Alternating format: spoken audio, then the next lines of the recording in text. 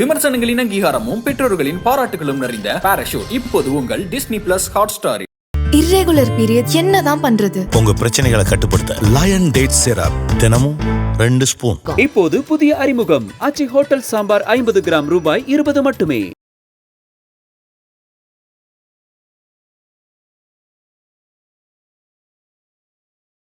திருவாரூரில் பிறந்தால் முக்தி, காசியில் இறந்தால் முக்தி, சிதம்பரத்தை தரிசிக்க முக்தி, அண்ணாமலையை நினைத்தாலே முக்தி.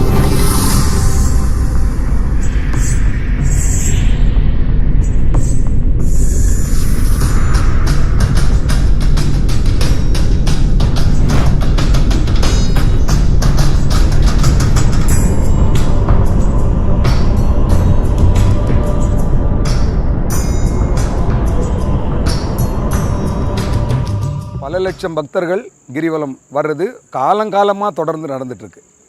இந்த கிரிவலத்தில் எல்லா வேண்டுதல்களும் நிறைவேற்றக்கூடிய ஒரு மிக முக்கியமான ஒரு திருத்தலமாக திருவண்ணாமலை இருக்குது.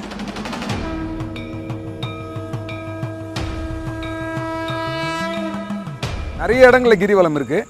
திருவண்ணாமலை கிரிவலம் ரொம்ப சிறப்பாக சொல்லணும் அப்படின்னாக்கா, நினைத்ததை உடனே திருத்தலம், நினைத்ததை தரும் திருத்தலம்னு சொல்கிறாங்க. நினைக்க முக்தி. இப்போ உதாரணம் பார்த்தீங்கன்னா, திருவாரூரில் பிறந்தால் முக்தி, காசியில் இறந்தால் முக்தி, சிதம்பரத்தை தரிசிக்க முக்தி, அண்ணாமலையை நினைத்தாலே முக்தி. அப்படி ஒரு முக்கியமான ஸ்தலமாக இந்த அண்ணாமலை ஸ்தலம் சொல்லப்படுது. அதே மாதிரி பார்த்திங்கன்னா, பஞ்சபூத ஸ்தலங்களில் இது அக்னி ஸ்தலமாக சொல்லப்படுது.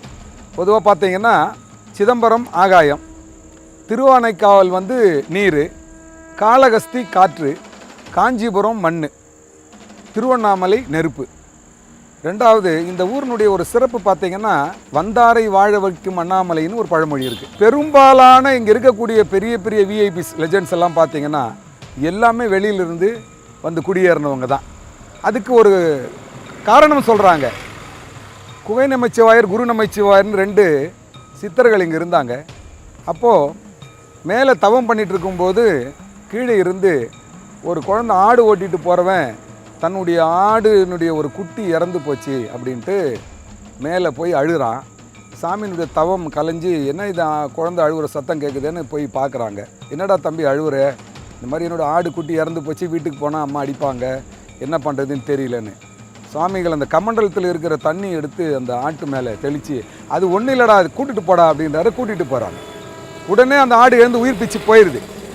திரும்ப இவன் கீழே போய் என்ன பண்ணுறான், நண்பர்கள்கிட்டலாம் சொல்கிறான், இந்த மாதிரி மேலே ஒரு சாமி இருந்தார், என் ஆடு செத்து போச்சு, அந்த ஆடு இறந்து போச்சுன்ற தகவல் அவர்கிட்ட சொன்னது. அவர் கமண்டில் கிட்ட தண்ணி எடுத்து ஊற்றினார், ஆடு உயிர் போயிடுச்சு அப்படின்னா, அதெல்லாம் ஒன்றும் இருக்காதுடா, அதெல்லாம் சும்மாடா, அதெல்லாம் சும்மா, அது உங்கள் ஆடே செத்து இருக்காது, நீ நினச்சிருப்ப செத்துருக்கணும். அப்போ நம்ம ஒன்று பண்ணுவோம், ஒரு பையனை பாடை கட்டி இறந்துட்டா மாதிரி படுக்க சொல்லி நம்ம தூக்கிட்டு மேலே போகலாம், சாமிக்கிட்ட போய் இந்த மாதிரி ஆயிடுச்சு, இறந்துட்டான், என்னை எழுப்புங்கன்னு சொல்லலாம். அப்போ என்ன செய்கிறார் பார்க்கலான்னு சொல்லிட்டு இவங்க விளையாட்டுக்காக இவங்க கொண்டு போகிறாங்க.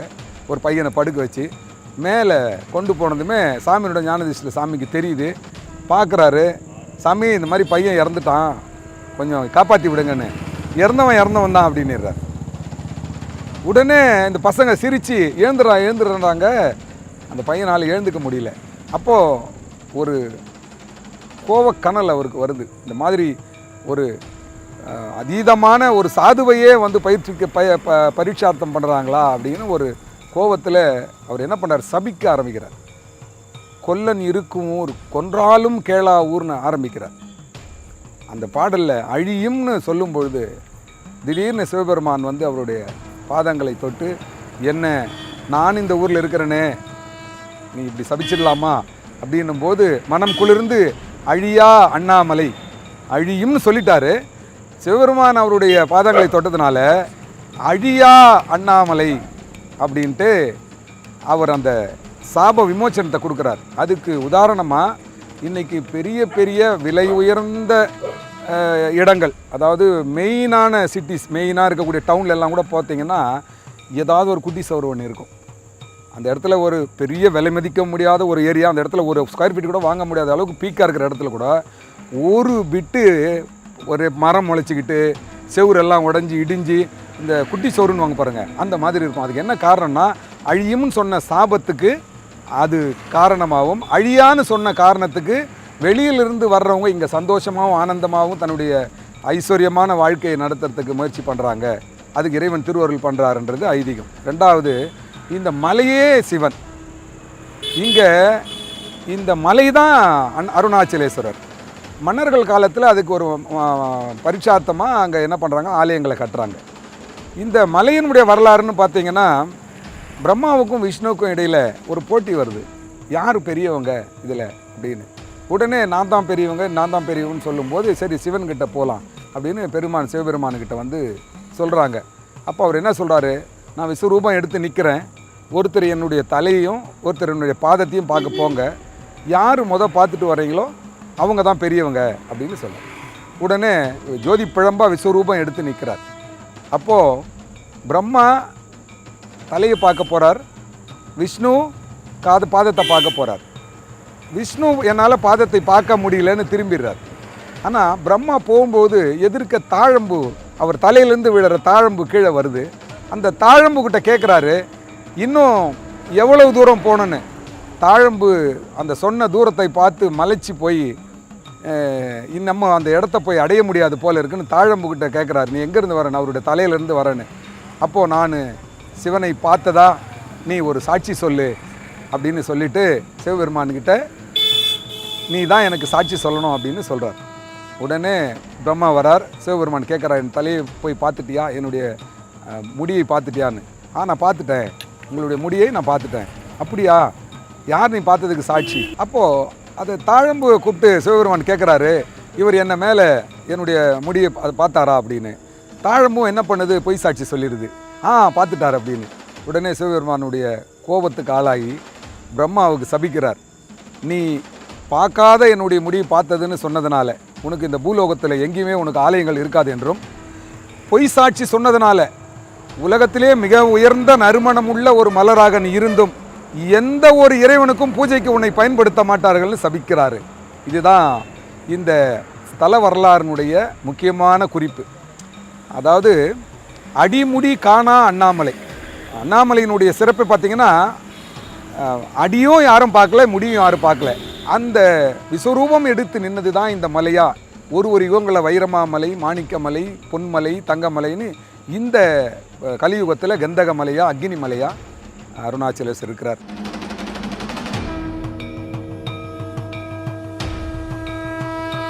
அருணாச்சலேஸ்வருடைய சிறப்பை சொல்கிறதுக்கு யுகங்கள் பத்தாது. ஏன்னா இங்கே இந்த கிரிவல பாதையில் இப்போ நம்ம பேசிகிட்டு இருக்கோம். இந்த கிரிவல பாதையை தொடாத ஒரு மகான்களும் ஒரு ஞானிகளையும் இந்த உலகத்தில் சொல்ல முடியாது. அவ்வளவு பேரும் அவரை தரிசனம் பண்ண வந்தவங்க தான். 63 நாயன்மார்கள், அதில் 4 அவங்க நால்வர்கள் பாடல் பெற்ற தலம் இது. இப்போ சிவபுராணத்தில் சொல்லுவாங்க இல்லைங்களா, நமச்சிவாய வாழ்க, நாதன் தாழ் வாழ்க, இமைப்பொழுதும் என் நெஞ்சில் நீங்காதான் தாழ் வாழ்க. நினைக்க முக்தி திருத்தலத்தில் மிக உன்னதமான ஒரு விஷயம் என்னன்னு கேட்டிங்கன்னா, நீங்கள் எல்லா இடத்துலையும் கேட்டிருக்கலாம், தென்னாடுடைய சிவனே போற்றி, எந்நாட்டவர்க்கும் இறைவா போற்றி. இதுக்கு அருமையான விளக்கம் என்னென்னா, தென்னாடுடைய சிவனே போற்றி, தென்னாட்டில் சிவன்னு சொல்கிற நீங்கள் தான் எந்நாட்டவர்க்கும் இறைவனாக இருக்கிறீங்க. அப்போது உலகம் முழுசும் ஏகன் அநேகன், ஏகனாக இருக்கிறதும் சிவபெருமான் தான், அநேகனாக இருக்கிறதும் சிவபெருமான் தான். அப்போது அந்த கருணாமூர்த்தி அருட்ஜோதி பிழம்பாக கார்த்திகை தீபத்தன்னைக்கு அவர் எல்லா மக்களுக்கும் அருள் பாலிக்கிறார். வள்ளல் பெருமான் சொல்லுவாங்க, பெற்ற தாய் தன்னை மகமறந்தாலும், பிள்ளையை பெறும் தாய் மறந்தாலும், உற்ற தேகத்தை உயிர் மறந்தாலும், உயிரமேவிய உடல் மறந்தாலும், கற்ற நெஞ்சகம் கலை மறந்தாலும், கண்கள் தான் நின்றிமைப்பது மறந்தாலும், நற்றவத்தவர் உள்ளிருந்தோங்கும் நமச்சிவாயத்தை நான் மறவேனே. உடை உடுத்திட இடை மறந்தாலும், உலகிலோர் பசி குணமறந்தாலும், படையெடுத்தவர் பறை மறந்தாலும், பறவைதான் அழைப்பது மறந்தாலும், புடையெடுத்தவர் தமை மறந்தாலும், பொன்னை வைத்த அப்புதை மறந்தாலும், நடையெடுத்தவர் வழி மறந்தாலும், நமச்சிவாயத்தை நான் மறவேனே. இன்னும் பற்பல நாள் இருந்தாலும், இக்கணம் தனியிலே இறந்தாலும், துன்னும் வான்கதிக்கே புகுந்தாலும், சோந்துமா நரகத் துழந்தாலும், என்ன மேலும் இங்கு எனக்கு வந்தாலும், எம்பிரான் எனக்கு யாது செய்தாலும், நன்னர் நெஞ்சம் நாடி நின்றோங்கும் நமச்சிவாயத்தை நான் மறவேனே. இந்த நமச்சிவாயம் இருக்குங்களே, அதுக்கு முக்கியமான ஒரு ஆதாரமாக இருக்கக்கூடிய அடிமுடிக்கான அண்ணாமலை. இந்த அண்ணாமலையில் பல லட்சம் பக்தர்கள் பௌர்ணமிக்கு கிரிவலம் வராங்க.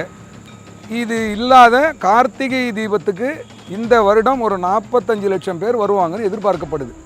என்ன இவ்வளோ பேர் வர்றதுக்கு இங்கே என்ன சிறப்புன்னா, வேண்டத்தக்கதை அறிவோன்னி வேண்டும் முழுதும் தருவோன்னி. எங்களுக்கு என்ன வேணும்னு உங்களுக்கு தெரியுன்றதுனால உங்ககிட்ட வந்து கேட்குறோம், கொடுப்பாருன்னு விரும்பி வர்றாங்க, ஆர்வத்தோடு வராங்க, பக்தியோடு வராங்க. இப்போ நான் ஒரு சித்த மருத்துவத்துறையில் தான் இங்கே சித்த மருத்துவம் செஞ்சிட்ருக்கிறேன். நிறைய பேஷண்ட்டுங்க, குழந்தை இல்லாதவங்க நிறைய பேஷண்ட்டுங்க வருவாங்க. அது ஒரு இறைவனுடைய சங்கல்பம் தான். நான் என்ன சொல்லுவேன், நீங்கள் உண்மையிலேயே உங்களுக்கு நல்லபடியாக ஒரு நல்ல அருட்குழந்தை வேணும்னா 48 நாள் கிரிவலம் வாங்க. காலையில் பிரம்ம முகூர்த்தத்தில் நீங்கள் கிரிவலம் வந்தீங்கன்னா உங்களுக்கு கண்டிப்பாக குழந்தை பிறக்கணும். அதே மாதிரி 48 நாள் எந்த மருந்தும் கொடுக்காம வெறும் 48 நாள் தொடர்ந்து கிரிவலம் வந்து குழந்தை பிறந்தவங்கலாம் இருக்காங்க. அதனால் அருளை அள்ளி தரும் அண்ணாமலை, சிவனடியாரை தாங்கும் மலை. இந்த மலைக்கு சித்தர்கள் மலைன்னு தான் பேர் வைக்கணும். ஏன்னா இந்த ஊரில் இருக்கிறவங்க பழைய ஆளுங்கள்லாம் பார்த்தீங்கன்னா செருப்பு போட மாட்டாங்க. என்னென்னா அடிக்கு 1008 லிங்கம்மா கீழே, ஒரு லிங்கம் ஒரு சித்தரனுடைய சமாதின்னு சொல்லுவாங்க. இந்த கிரிவலத்தை பார்த்தீங்கன்னா முழுக்க முழுக்க சித்தர்களுடைய பூமி. இங்கே வந்த அந்த வைப்ரேஷன், அந்த ஆக்சிஜன் உள்ளே இழுத்தாங்கனாவே அவங்களுடைய நோய் பிணி, மனக்கவலை, சோர்வு எல்லாம் நீங்கி ஆரோக்கியமாக இருக்கிறாங்க. அதனால தான் கிரிவலத்துக்கு வருடம் வருடம் மக்கள் கூட்டம் அதிகரித்து கொண்டே இருக்கிறது. ரூபம் அரூபம்னு 2 சொல்கிறாங்க. இப்போ நாம் ஹியூமன் பீயிங் ரூபம், சித்தர்கள் என்லைட்மெண்ட் ஆஃப் பவர், அவங்க ஒளி ஆகிட்டதுனால அவங்களுமே ஆதி குருவை. இப்போது நம்ம குழந்தையில் அம்மா அப்பா கையை பிடிச்சிட்டு விளையாடுறோம், கொஞ்சம் வளர்ந்துடுறோம், ப்ரொஃபஷனலாக வெளியில் போகிறோம். ஆனால் எங்கே போனாலும் ஒரு குறிப்பிட்ட நேரங்கள் வரும்போது நம்ம தாய் தகப்பனை பார்க்குறதுக்கு வீட்டுக்கு வந்துடுறோம் இல்லைங்களா, வந்து அவங்களோட இருக்கிறோம் இல்லையா. அந்த மாதிரி சிவபெருமானுடைய முக்கியமான நாளான இந்த திருக்கார்த்திகை திருநாளில் அவருடைய அடியார்களாகிய சித்தர் பெருமக்கள் கிரிவலம் வர்றதாக இன்றும் உலகளாவி நம்பப்படுகிறது. அவர்களுடைய வைப்ரேஷன் நம்ம மேலே படும்போது நம்மளோட நோய் பிணி போகுது, மனக்கவலை போகுது, பிரச்சனைகள் எல்லாம் தீர்றதா பல பேர் பல இடங்களில் சொல்லியிருக்காங்க. ஒருத்தர் தன்னுடைய குழந்தைக்கு ஹார்ட் ஆப்ரேஷன், சிஎம்சியில் அப்பாயின்மெண்ட்டு கூட வாங்கிட்டார். ஆப்ரேஷனுக்கு போகிறதுக்கு முன்னாடி அவர் திருவண்ணாமலையில் வந்து தரிசனம் பண்ணிட்டு போகலாம். அப்போது மூக்குப்பொடி சித்தர்னு ஒருத்தர் இருந்தாருங்க, நீங்கள் போய் அந்த மலையை சுற்றிட்டு அந்த சித்தரை பார்த்துட்டு போங்க அப்படின்னு சொல்லியிருக்காங்க. அவர் வந்தார், கிரிவலம் பண்ணார், மூக்குப்பொடி சித்தரை பார்த்தாரு, எல்லாம் சரியாக போ அண்ணாமலை இழுத்தெடுத்து வச்சுக்கன்னு அவரும் சொல்லிட்டார். இவர் போகிறார் ஹாஸ்பிட்டலுக்கு. அந்த ஆப்ரேஷன் பண்ணுறதுக்கு உண்டான வாய்ப்புகளே இல்லை, நார்மலாக இருக்குது. என்ன நடந்ததுன்னு தெரியல. இப்போ அந்த குழந்தைக்கு ஆப்ரேஷன் வேணான்னு சொல்லிட்டாங்கன்னு திரும்ப வந்திருக்காங்க. இந்த மாதிரி நீங்கள் அந்த அவருடைய அற்புதங்களை சொல்லணுன்னா அது எண்ணில் அடங்காது. ஏன்னா முழுக்க அந்த 360 டிகிரின்னு சொல்லும் பாருங்கள், முழுசுமே அற்புத மலை. இது அக்னி மலைன்னு சொல்கிறத விட அற்புத மலை. இப்போது மேலை நாட்டவர்கள் எவ்வளவு படித்தவங்க, எவ்வளவு பண்பாளர்கள், எவ்வளவு உலக நாகரிகம் தெரிஞ்சவங்க, விடிகாலம் 2 மணிக்கு பார்த்தீங்கன்னா காலில் செருப்பு இல்லாமல் நடக்கிறாங்க. அவங்க சொல்கிறாங்க, மை சோல் அவர் தான் அப்படின்றாங்க, என்னுடைய உள்ளத்தில் அணுவாக உள்ள இருக்கார் அப்படின்னு சொல்கிறாங்க. அதனால் திருவண்ணாமலை பற்றி சொல்லணும்னா நாள் பத்தாது, அவ்வளவு விஷயங்கள் இருக்குது. ஈசானிய ஞான தேசிக பரமாச்சாரிய சுவாமிகள்னு ஒருத்தர், அவருடைய சமாதி ஈசானிய லிங்கம் எதிர்க்க இருக்குது. அவர் தவம் பண்ணும்பொழுது எந்த மக்கள் வந்து இடையூறு பண்ணிடக்கூடாதுன்னு இறைவன் 2 பக்கம் புலியை அனுப்புவாராம். அவர் தவம் பண்ணும்போது பக்கத்தில் புலி வந்து உட்கார்ந்ததா வரலாறு. இன்றைக்கும் அவருடைய சிலையில் போய் அந்த ஸ்டாச்சு பார்த்தீங்கன்னா 2 பக்கம் புலி உட்காந்துட்டுற மாதிரி இருக்கும். அடுத்து பார்த்தீங்கன்னா ரமண மகரிஷி, அடிமுடி சித்தர், யோகிராம் சரத்குமார், அதே மாதிரி சேஷாதிரி சுவாமிகள். சேஷாதிரி சுவாமிகள் ஒரு பித்தன் மாதிரி தான் இந்த ஊரில் தெரிஞ்சிட்ருப்பாராம். அவர் திடீர்னு ஒரு கல்யாண மண்டபத்துக்கு போகிறாரு. அந்த கல்யாண மண்டபத்துக்குள்ளே போகும்போது ஒரு சாம்பார் இருக்குது, அந்த சாம்பார் ட்ரம்மை எடுத்து தட்டி விட்டுறாரு. தட்டி விட்டதுமே அங்கே இருக்கிறவங்கெல்லாம் கூப்பிட்டு அவரை ஒரு பித்தன் நினச்சிக்கிட்டு அவரை துன்புறுத்துகிறாங்க. அவர் குடுன்னு வேலையை ஓடியாந்துறார். அந்த கீழே விழுந்த அந்த அண்டாவை திருப்பி நிமித்தும் போது தான் தெரியுது அது உள்ள பெரிய பள்ளி ஒன்று உள்ளே கிடக்குது அப்படின்னு. அப்படி அவர் கொஞ்சம் கொஞ்சமாக அவர் நிறைய உள்ளூர் மக்களால் நேசிக்கப்பட்டு அதுக்கப்புறம் அவர் ரோட்டில் அப்படி கடை வீதிக்கு வராருன்னா எல்லாம் என் கடைக்கு வர மாட்டான்னு ஏங்கி நிற்பாங்களாம். ஏன்னா ஒரு பிடி அவர் அந்த கல்லா உள்ளே போய் கை விட்டு எடுத்துட்டாருன்னா அன்றைக்கி அமோகமான வியாபாரம் நடக்குமா. அதனால் தெருவில் இருக்கிற எல்லா கடை வியாபாரிகளும் சுவாமிகள் நம்ம கடைக்கு வரமாட்டாரா அப்படின்னு ஏங்கி நிற்பாங்களாம். அதே மாதிரி ரமண மகரிஷி சின்ன வயசுலேயே மதுரையிலேருந்து அருணாச்சலான்னு ஒரு ரீங்காரம் கேட்டு ட்ரெயின் ஏறி திருவண்ணாமலை வராரு. திருவண்ணாமலையில் வந்ததுமே ஒரு இடம் பார்க்குறாரு. அங்கே யாரும் அங்கே இருக்கிறவங்க தங்க விடலை. அதுக்கப்புறம் இப்போவும் இருக்குது கோயில் உள்ள பார்த்தீங்கன்னா பாதாள லிங்கம்னு இருக்கும். அப்போ அது வந்து பாழடைஞ்சு இருந்ததுங்களாம். அப்போ யாரும் அங்கே போக மாட்டாங்களாம். பாம்பு பல்லி பூரா இந்த மாதிரி பூச்சி ஜந்துக்கள்லாம் இருக்கிற இடம். அங்கே போய் சாமி என்ன பண்ணுறாங்க, உட்கார்றாரு. சுத்தமாக நிஷ்டையில் போய் உட்காந்து மொத்தமே உடம்பெல்லாம் புத்து ஏறிட்டுருக்கு. அப்புறம் யாரோ ஒருத்தர் திடீர்னு அந்த பக்கமாக போகிறவங்க பார்த்துட்டு சாமி இந்த மாதிரி இங்கே யாரோ ஒருத்தர் உட்காந்துட்டுருக்காங்கன்னு பிறகு அப்புறம் அவர் அது எல்லாம் தட்டி அவரை எழுப்பி அதிலேருந்து நிஷ்டையிலேருந்து கிளப்பி அதுக்கப்புறம் இங்கெல்லாம் இருக்கக்கூடாது, நீங்கள் அப்படி போங்க, அப்படி ரவுண்ட்ஸில் இருங்க அப்படின்னு ஏதோ சொன்னதாகவும் அவர் அப்படியே செங்கன் ரோட்டில் வந்து உட்காந்து இப்போ அதுதான் ரமணாசிரமம் ஆனது. இந்த ரமணாசிரமத்தில் வந்து அப்போல்லாம் வந்து ஃபாரினர்ஸ் எல்லாம் திருவண்ணாமலையில் கிடையாது.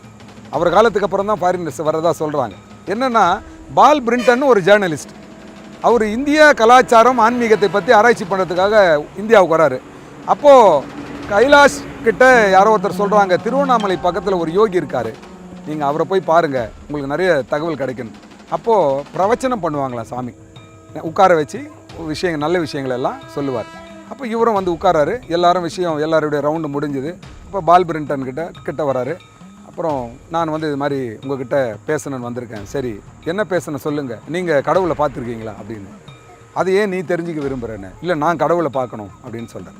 அப்போ நீ கடவுளை பார்க்கணுன்னா நீ உன்னை பார்த்துருக்கியா அப்படின்னு கேட்குறாரு சாமி ரமணர். நான் என்ன பார்த்துருக்கேன். அப்போ நீ யார்? நான் வந்து பால் பிரிண்டன். அது உன்னுடைய பேர், நீ யார்? நான் இன்னாருடைய மகன், அது உன்னுடைய உறவு முறை, நீ யார்? நான் ஒரு ஜேர்னலிஸ்ட், அது உன்னுடைய ப்ரொஃபஷன், உன்னுடைய தொழில், நீ யார்? இப்படின்னு கேட்டுகிட்டே வரார். அப்போ நான் யாருனார் போய் தேடினிட்டார் ஜேர்னலிஸ்ட்டுக்கு. அதுக்கப்புறம் இதுக்கு மேலே நமக்கு எங்கேயும் போகிறதுக்கு இடம் இல்லை, இதுதான் சரியான இடம்னு உட்கார்ந்துறாரு. ரமணர் கூடவே பல காலங்கள் அவருடைய வரலாறுகளை எல்லாம் உலக மக்களுக்கு எடுத்து சென்றார். அதை படித்த மக்கள் தான் இன்றைக்கி திருவண்ணாமலைக்கு அதிகப்படியாக யூரோப்பியன்ஸு, ரஷ்யன்ஸு, ஏகப்பட்ட மக்கள் இன்றைக்கி வந்துட்டுருக்காங்க. அதே மாதிரி யோகிராம் சுரத்குமார், விசிறி சாமியார்னு மக்களால் அன்பால் அழைக்கப்பட்டவர், பெரிய மிராக்கிள். ஒரு பால்கார் அவருக்கு டெய்லி பால் கொடுப்பாரு. அவங்க பொண்ணுக்கு கல்யாணம் ஆகாமல் இருந்தது. சாமிக்கு பிச்சை கொடுக்குற காசில் ஒரு காசு எடுத்து கொடுத்து இதை எடுத்துகிட்டு போய் பெட்டியில் வைங்கன்னு சொன்னதாகவும், அந்த பணத்தை அந்த பொண்ணுக்கிட்ட எடுத்து அது சாமி கொடுத்தாரு, நீ செலவு பண்ணுன்னு அவர்கிட்ட கொடுத்ததுமே அந்த பொண்ணு கைக்கு போன 1-2 நாட்கள்லேயே மாப்பிள்ளை வந்து கல்யாணம் ஆனதாகவும், நிறைய சித்தர்களுடைய வரலாறு பார்த்திங்கன்னா ஒரு புத்தகம் போடுற அளவுக்கு இருக்குது இங்கே திருவண்ணாமலையில் வாழ்ந்த சித்தர்கள். அதே மாதிரி மூக்குப்பிடி சாமிகள் பார்த்திங்கன்னா நீங்கள் வீடியோவில் எல்லாம் கூட பார்த்துருப்பீங்க. டிமானிட்டேஷனுக்கு முன்னாடி அவர் என்னென்னா வர்ற பிலீவர்ஸ் எல்லாம் வேஷ்டி, வாழைப்பழம், நிறைய கல்யாண பத்திரிகைலாம் எடுத்து வைப்பாங்க, பணமும் கொடுப்பாங்க. இவர் என்ன பண்ண இதெல்லாம் எதுவுமே எடுக்க மாட்டார். பணத்தை மட்டும் எடுத்து என்ன பண்ணுவார், இங்கே போட்டு சொரிக்குவார். இப்படி இருக்கும், ஃபுல்லாக பணம் தான் இருக்கும். அப்புறம் எங்கேயாவது ஒரு நாள் பார்த்தீங்கன்னா திடீர்னு சப்புன்னு ஆயிரும், பணமே இருக்காது.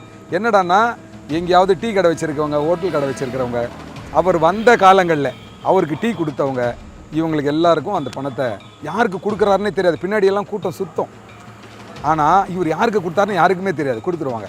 அப்படி ஒரு காலகட்டங்களில் டிமானிட்டேஷனுக்கு ஒரு 2 நாள் 3 நாளைக்கு முன்னே திடீர்னு சாமி என்ன பண்ணுறாரு, அவர் ஒரு வசனம் பேசுவார். என்னென்னா, அண்ணாமலையை ஈர்த்து எடுத்து வச்சுக்க, அவருடைய மொழி, அண்ணாமலையை ஈர்த்து எடுத்து வச்சுக்க அப்படின்வார். அப்போது இந்த ரூபா நோட்டுகள்லாம் எடுத்து 500 ரூபாய் 1000 ரூபாய் நோட்டை மட்டும் கிழிக்கிறார் நேரண்ணாமலை கோயிலாண்ட. உடனே அங்கே இருக்கிற சாதுக்கள் எல்லாம் என்ன இப்படி பண்ணுறாரு, இதை நம்மக்கிட்ட கொடுத்தா நாமளாவது எதனா செலவு பண்ணலாமே. 100 ரூபாய் நோட்டு 50 ரூபா நோட்டெலாம் எடுத்து வச்சுக்கிறாரு, 500 1000 மட்டும் கிழிக்கிறார்.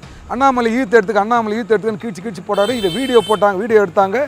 கரெக்டாக 2 நாளைக்கு அப்புறம் பார்த்தீங்கன்னா டிமானிட்டேஷன் டிக்ளேர் பண்ணுறார் மோடிஜி. அப்போது முக்காலமும் உணர்ந்த ஞானிகள் வாழக்கூடிய மிகப்பெரிய, அதுதான் ஒரே வரி, ஞான தபோதனரை வா என்று அழைக்கும் மலை அண்ணாமலை, ஞானிகளுடைய மலை.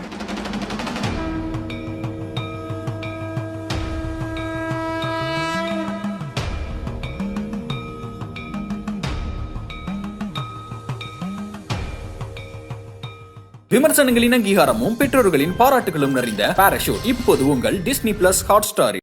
இர்ரெகுலர் பீரியட் என்னதான் பண்றது? உங்க பிரச்சனைகளை கட்டுப்படுத்த லயன் டேட் சிரப் தினமும் 2 ஸ்பூன். இப்போது புதிய அறிமுகம் ஆச்சி ஹோட்டல் சாம்பார் 50 கிராம் ரூபாய் 20 மட்டுமே.